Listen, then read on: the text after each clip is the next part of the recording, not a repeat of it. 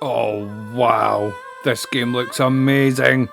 Fully explorable star systems, seamless landings, no loading screens. This is gonna be incredible. Red, who's that old guy behind you? Huh? You've no idea what you're getting into. Oh yeah, who are you? I'm you from the future. What? Why do you look like you haven't slept for weeks? Because I haven't slept for weeks. Bed logging hasn't worked in ages. That's just, you're about to make so many fatal mistakes. So many. Let me just tell you what you need to know before you begin your journey. Stephen? Hit him. Hit him, Stephen. No, wait. Yeesh. Why does he smell like prison food and crushed dreams? Stephen, roll that intro, bro, while we clean this up.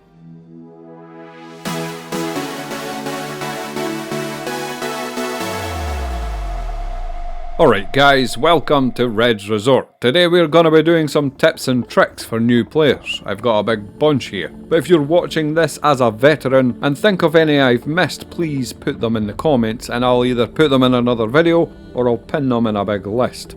Before we begin, I'd like to say a massive thank you to all my viewers and subscribers.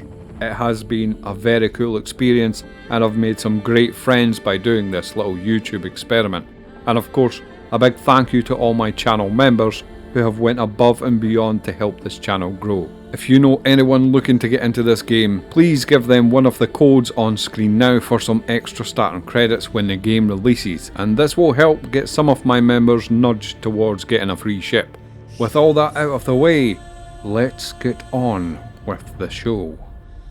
Okay, so things I wish I knew. For a start, if you drink cruise, that's these coloured bottles, it replenishes food as well as hydration.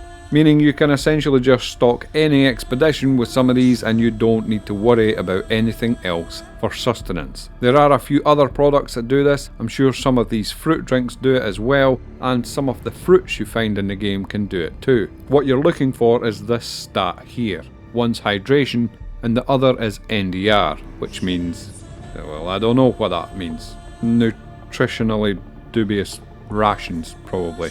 But it means food, basically. This should save you a decent bit of space in your backpacks from now on. Another thing that's good to know is that you always want to push your hydration past the top. If you don't drink past that, it will go back down quite quickly, but going past it means you stay hydrated for a lot longer.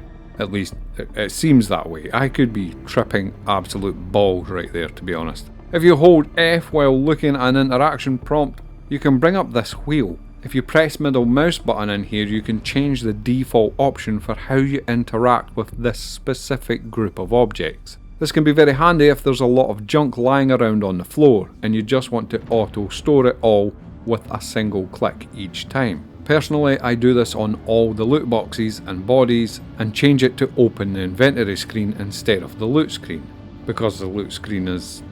how should we describe this, Stephen? Shite. Stephen, you can't just... Stephen has trouble adjusting to new things. Let's just not get into it. Yeah, like your items, using the loot screen. It's useful if you want to just lift a few clips off a body or some med pens and stuff.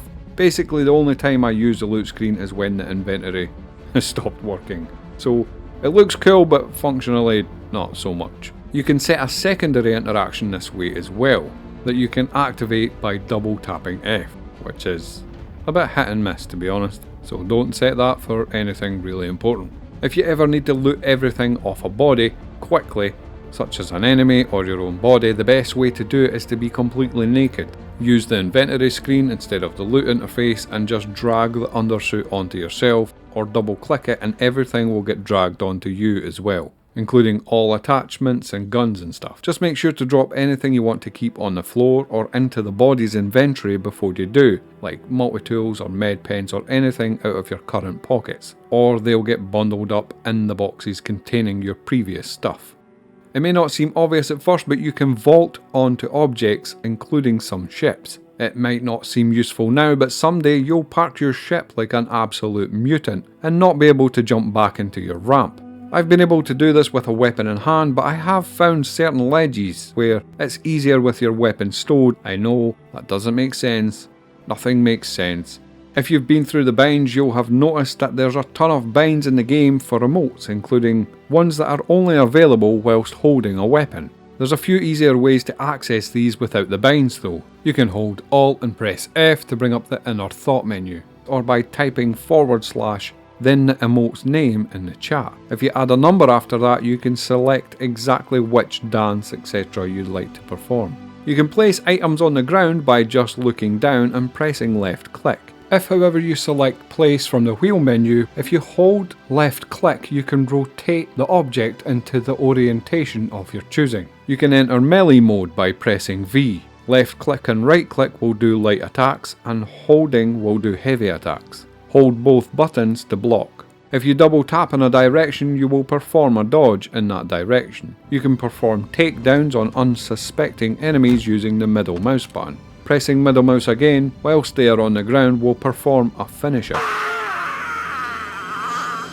In the map screen you can place markers by pressing T. You can name these as well. You can make routes by pressing R, and this is pretty cool and very helpful when you're first starting out. Failing that, just pay attention to signs, as most things are signposted in the game in the same way they would be in real life.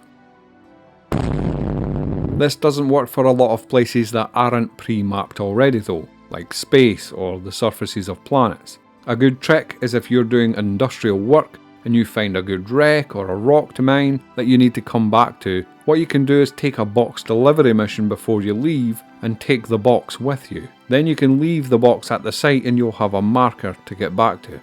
If you press Alt H, you will stow your helmet on your hip. This takes up no inventory space and is easily equipable again using the same command.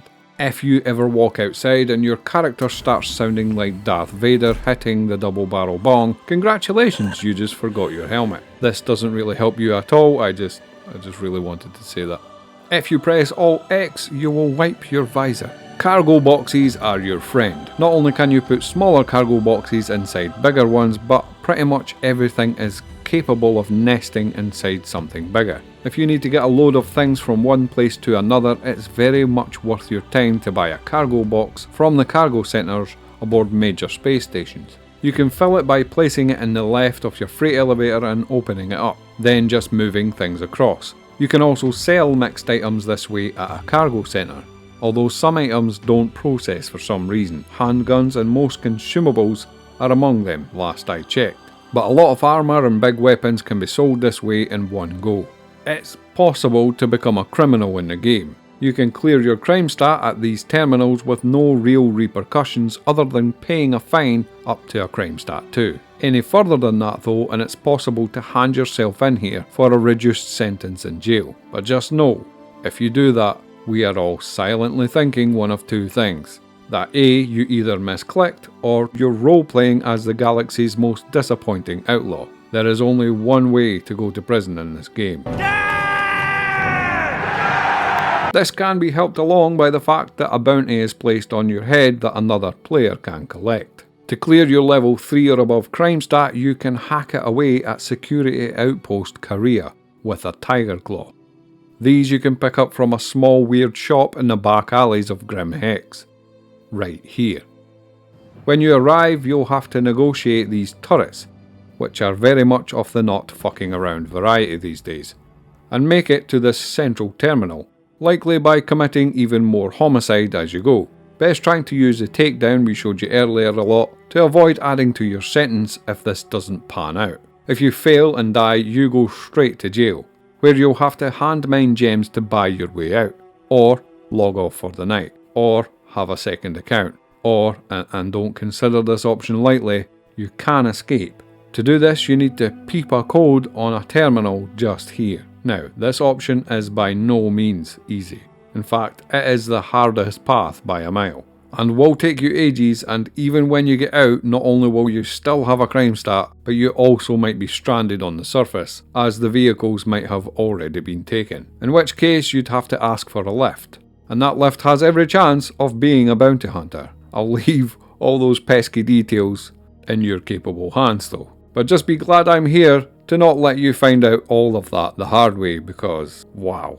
Remember that old guy from the intro? He wasn't from years ahead, he was me after just filming this one failed prison escape. There's external entrances to some of the major cities. The most relevant of these is at New Babbage, where if you're just popping in for some armour or to pick up some inventory, you can avoid the hangars and the train ride by just landing here, and this will take you to the main commercial district of the city.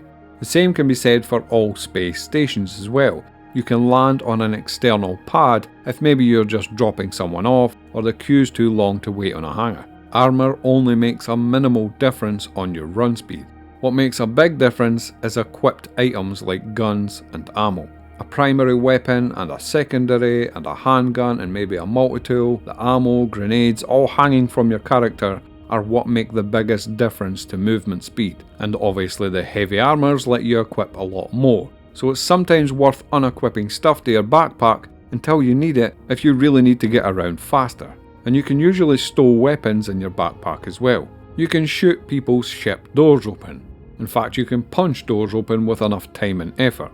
Handy to know for both offense and defense of your livelihood in the verse.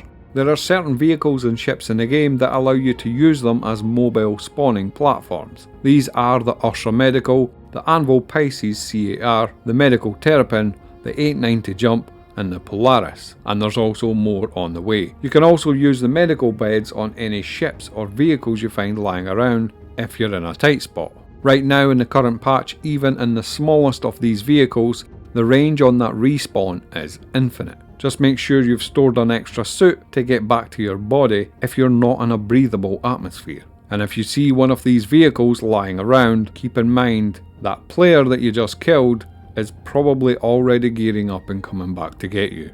There's a feature that you can bind in the settings that lets you change the point at which your weapons cross over each other. It's called Weapon Convergence Point, and it's great for manually focusing your aim for ground targets. When you target an object normally, this convergence point is automatically calculated, so you don't have to worry about messing up your normal aim mechanics by doing this. It's really handy for just softening up an outpost so you can run in there naked and steal all their stuff. If you couple this feature with manual gimbal mode, which can also be set in the binds, you can basically just sit there like an angel of death and deliver judgment to the endless fields of oblivious bots. Almost related to this is gearing up for free. You can use this method to swing by hostile outposts in the game, especially early on or just after a major wipe. These are usually connected to retrieval op missions, where you go to pick up a package from a location that has some hostile NPCs. Just pull up with a cargo box, kill everything, strip them and pack it all in, and you'll have enough starting armour and guns to keep you going for a while. Another thing that's handy to know is that most of these outposts have a little square of lights that if you land inside you can rearm, repair and refuel in sometimes. If you hold F and middle mouse button on an MFD, it will lock you in. This lets you use the mouse wheel without it zooming you in and out anymore. The biggest one for maintaining sanity is F12. This disables on-screen chat, and as a bonus it tidies up your HUD. In-game chat can be entertaining and useful, but on occasion it can also be rammed with the usual smooth-brained ambient bigot noise.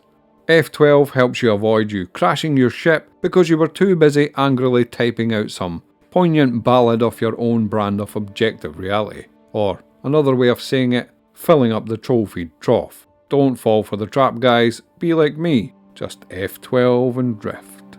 Like Netflix and chill, but with sexy spaceships. Camera controls. Star Citizen is nothing if not an utterly beautiful screenshot generator of a game. I'm not even going to attempt to tell you all the camera binds you need to know to make the most of this quite robust system within the game. There's a guy for that. His name is Mr. Hasgaha, and you will all bow before his screenshot mastery. There is an accompanying video to go with that one-page quick reference guide for all the camera controls, and I highly recommend you watch it. There's FOV and multiple saved angles you can load up at the press of a button. There's depth of field and slewing in all directions. And once you've watched it, you can then start uploading your screenshots to my Discord, which is linked below, for me to use as thumbnails on my videos free of charge. You're welcome. The most powerful thrusters on your ship are obviously your main rear thrusters. That is followed by your bottom thrusters, and even more so if you have VTOL enabled.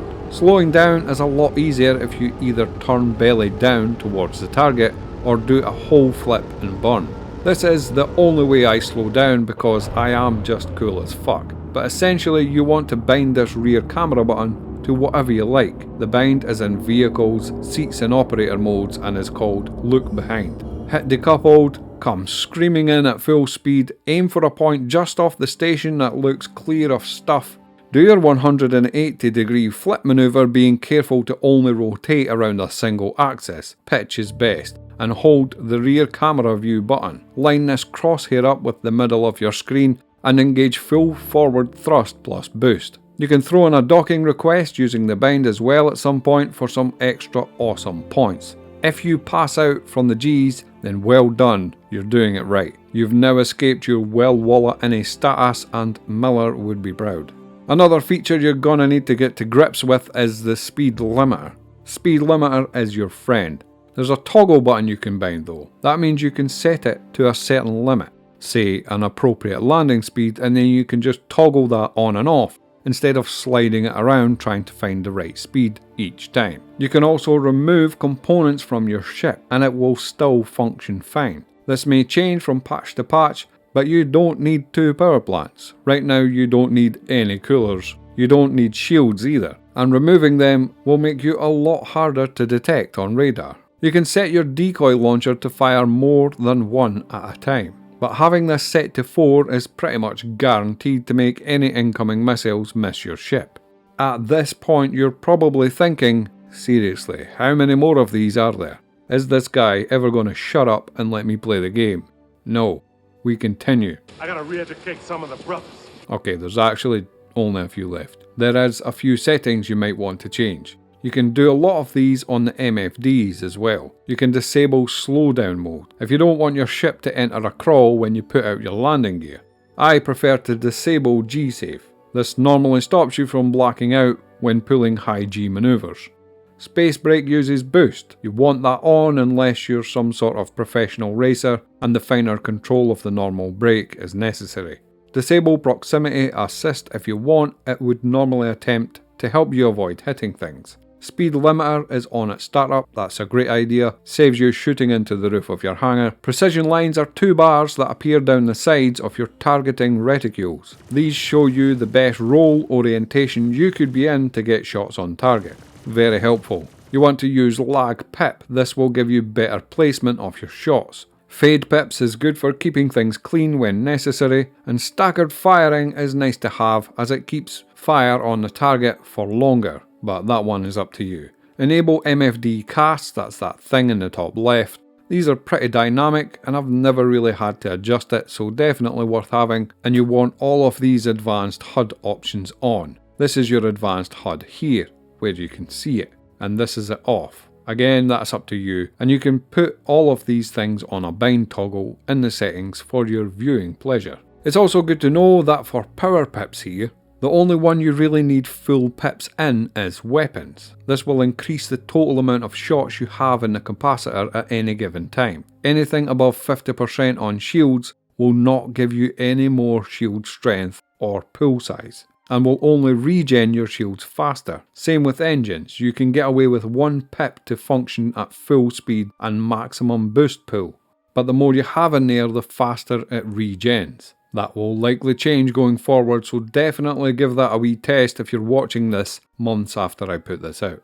The last thing I wish I knew about Star Citizen is that the game is an absolute minefield of bugs, and sometimes when you just start out it's really hard to tell if you're just completely ignorant of how something works or if it's not working the way it's supposed to. It can be a very frustrating experience, and there's no guides for that stuff, and it's always changing from patch to patch. What I have learned though is that there's usually a workaround to almost 90% of the bugs that can occur in the game. In fact, sometimes figuring out ways around problems can become the gameplay itself, and the best help you can get with all that is from either the guide system or the in-game chat. Guys who have been playing the game for years and read the patch notes and know 100 ways to access a dead man's backpack. The guide system can be accessed either through the website or through the main menu. It will assign a player to you, and they will either help you with your issue via text or will join you in the game and give you a hand. These guys are true heroes, and tagging along with a vet will teach you so many things that you just can't learn online. Just small things that most people forget they even learned the hard way. How to unstick something from your hand.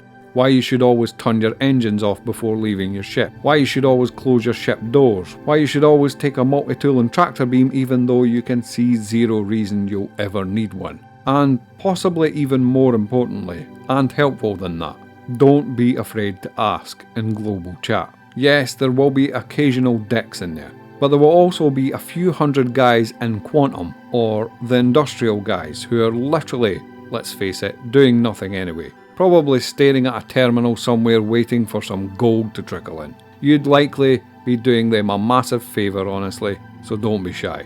And the vast majority of the time there will be people in there who would just be more than happy to help out. Just make sure you explain everything in as much detail as possible and try not to sound too frustrated. If you go in there saying, "This game's stupid and buggy as hell, I can't even get the ship off the pad," even though that's 100% true, you're going to get a lot of people making that a lot worse and taking the piss. If you say, "Guys, I need help, I can't seem to get off the pad in my ship," you're going to get a big list of things you can try. And if none of that works for you, then you can ask me or one of the guys in the comments, and I've no doubt we'll see what we can do to help. Either way, we'll get you sorted and back into the game with a little less frustration and hopefully a bit more enjoyment. That is all for this video. I hope that has helped you out in some way. Stephen, would you like to add anything? Did you tell them about the X-ray scanner? If you press the switch camera button, it will cycle through a few views. On the last third person view, hold Alt and press it again to get a 3D scan that lets you see through buildings. Helpful for seeing loot chests and enemies through walls. Oh yeah, essential stuff. Nice one, Stephen. Anyway, thanks for watching. Please share this to every single person you see saying they're thinking about getting into Star Citizen. In fact, even if they just mention space in general, games, the colour black, it doesn't matter. I do hope to see you all again sometime. 07 guys.